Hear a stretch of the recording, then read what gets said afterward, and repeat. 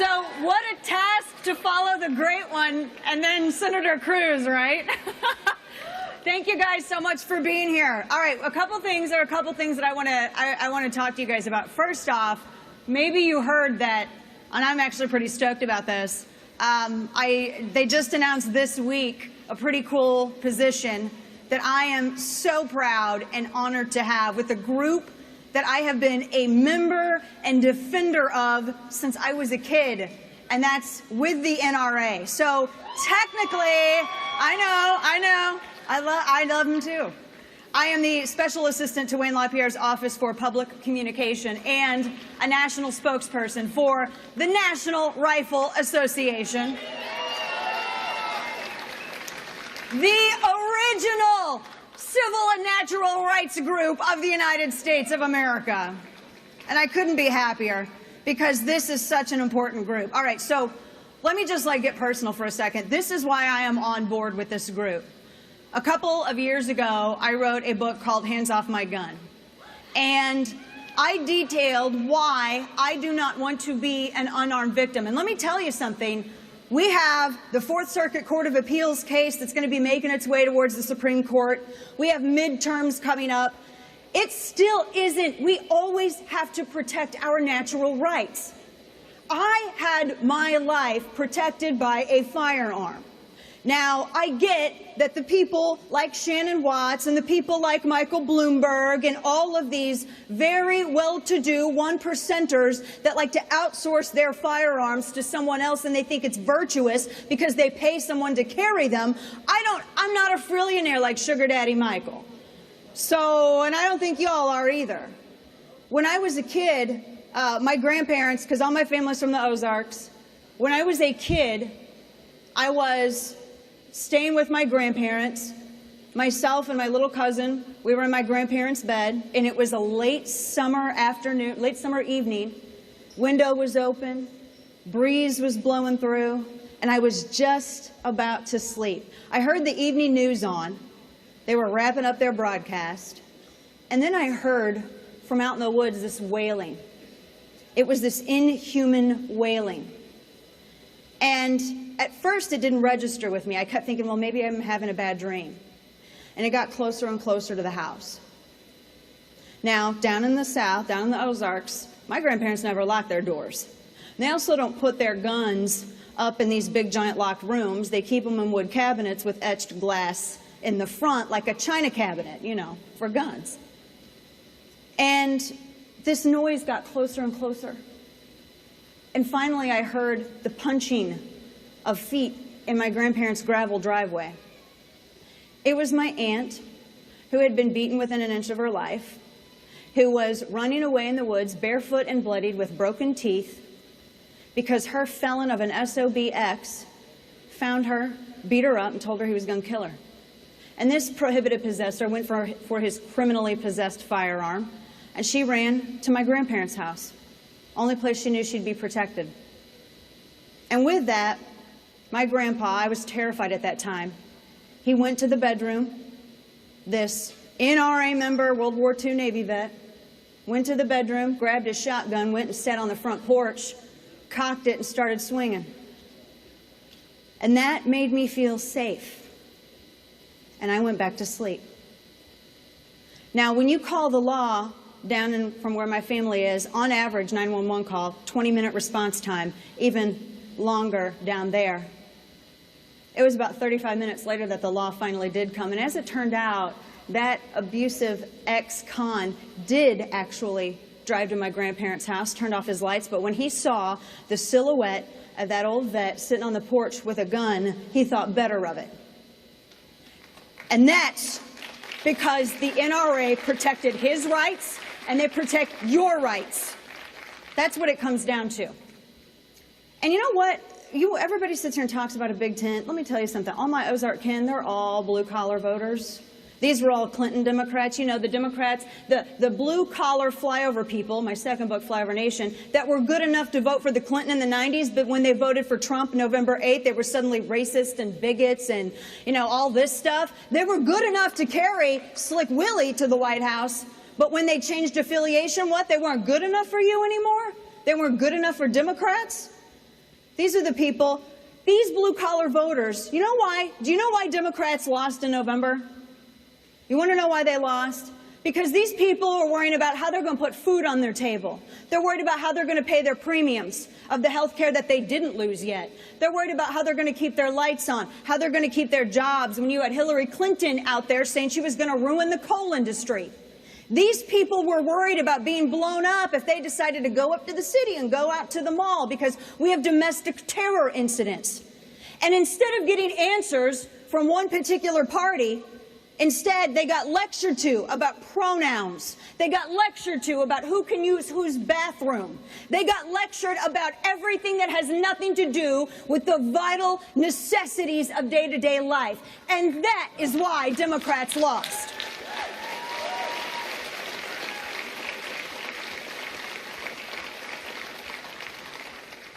They are our bitter clingers. They are this entire time. You want to know where these blue-collar voters have been? They've been in the NRA, the original big tent. They have been in the NRA, these bitter clingers, these Bible thumpers, these gun nuts, these Second Amendment extremists, those deplorables have been in the NRA this entire time. Which is why I'm on board with the NRA. I want to remind people, I was the one who introduced Trump here on stage back in 2015. Now I'm going to tell you all this, because some people need a little come to Jesus talk. And some of my friends on our side, we need to sit down, we need to have a little come to Jesus moment and have a little heart to heart for a second, right? Folks, we all know how primaries work, right? We know how primaries work? We all fight during the primaries. What happened with us during the primaries, do you know why it didn't affect me? Because that's my family reunion every year. Every Christmas, that's my table. Every Thanksgiving, that's my table. I have the amazing, wonderful, blessed DNA of being Irish, so go figure, an American Indian, and German because of my husband.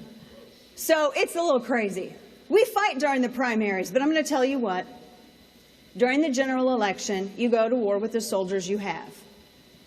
That's how you win. Now, we weren't united during the primary, and you know why? Because we're not hive mind. We're not betas. We fight. Metal sharpens metal. That's what we do. But the election's over.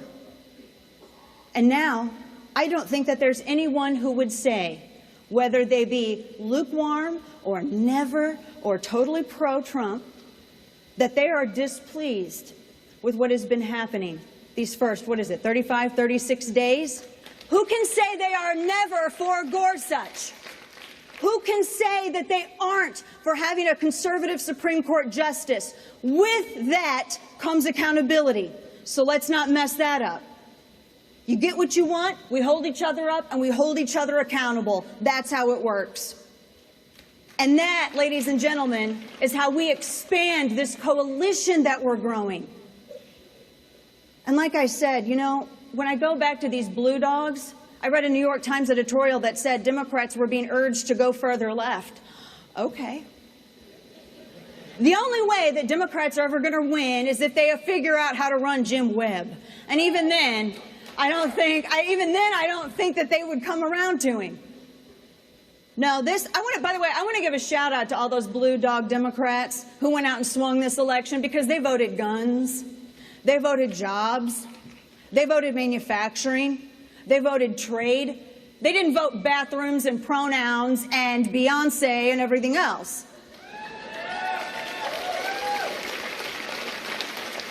And you know what? Sorry, Democrats, we stole your girl. You know what? I look at it like this. Because of those blue dog Democrats that we stole, actually, they were with the NRA the entire time. The NRA brought them and helped them and encouraged them to vote for freedom and made sure, look, this is what is on the ballot. And now, as a result of this, we got Neil Gorsuch knocking at the door. As a result of this, we have real generals making decisions in, like, the State Department, Pentagon, Department of Defense. These are great decisions. And you're not going to find no bigger tent than what you find at the NRA. You won't. Men, women, black, white, gay, straight, Democrat, Republican. I've talked to so many members that the media with their fake news, that they want to ignore. Y'all want to know what the face of the NRA looks like? All of you people back there, because it seems like whenever there's some sort of, shooting or some sort of tragedy, y'all go to some lobbyist who used to work for Monsanto instead of coming and talking to actual gun owners. This here is the face of the NRA. I am a face of the NRA. Maj Touré is a face of the NRA. Chris Chang is a face of the NRA. Pink Pistols are a face of the NRA. Get it right. This is the organization for people who want to have a fighting chance. All day, every day. Now I'm going to tell you something else. This is the organization for women who don't want to be afraid if they stop at the grocery store to get some milk at night after working all day, and they got to get milk and toilet paper for their family, and they got to stop at the grocery store. I don't want to feel afraid walking to my car at night because you have these lobbyist groups out there who think it's virtuous to be a victim and not virtuous to be an armed defender of yourself and your family.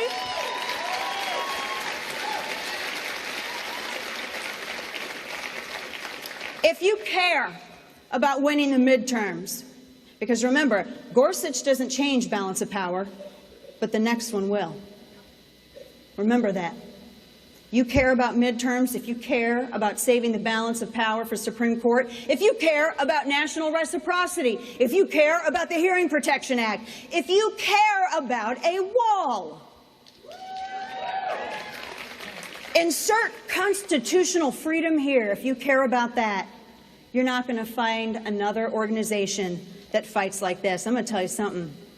We fight like hell, period. Now, I will encourage you, you can use your phone to sign up. You can use your phone and you can sign up to become a fighting member of a bedrock institution, the original Big Tent, the original Rights Coalition, the coalition that was fighting for our right to bear arms. And I'm going to tell you guys something. I'll tell you back there, wherever you are, for all of those people who like to say that women are too stupid to own guns and don't preach to me about female empowerment while you simultaneously tell me that I am too weak and stupid to own a gun. We had the right to bear arms before we had the right to vote, and I'll be damned if you take that from me. God bless you all. Go sign up today. Thank you.